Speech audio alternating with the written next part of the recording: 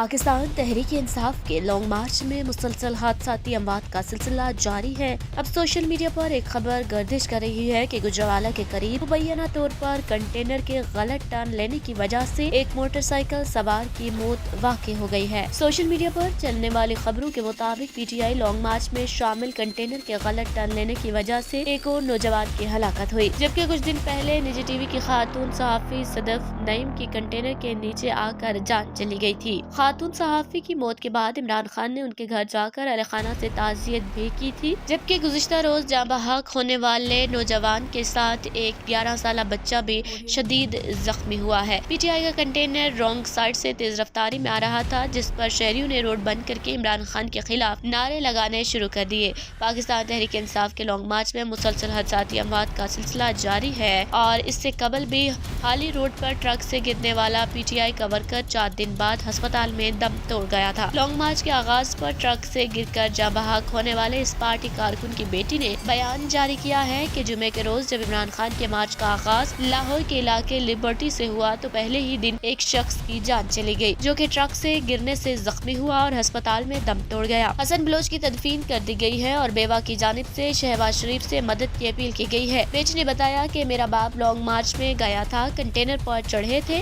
درخت لگنے سے نیچے گرے اور جب وہ نیچے گرے تو کسی نے بھی نہیں اٹھایا بلکہ سب تماشا دیکھتے رہے، کسی نے میرے باپ کو ہاتھ نہیں لگایا۔ 49 سالہ حسن بلوچ کو سپرد حق کر دیا گیا ہے اور بیوہ نے وزیر اعظم شہباز شریف سے مدد کی اپیل کی ہے۔ ان کا شوہر محنت مزدوری کر کے گھر کا خرچ اٹھایا کرتا تھا۔ بیوہ کی مدد کی اپیل پر مریم نواز متحرک نظر آئی ہیں اور انہوں نے فوری طور پر عطا تاڑن کو ہدایت کی ہے کہ وہ ان کی درخواست کو وزیر اعظم شہباز شریف تک پہنچائیں۔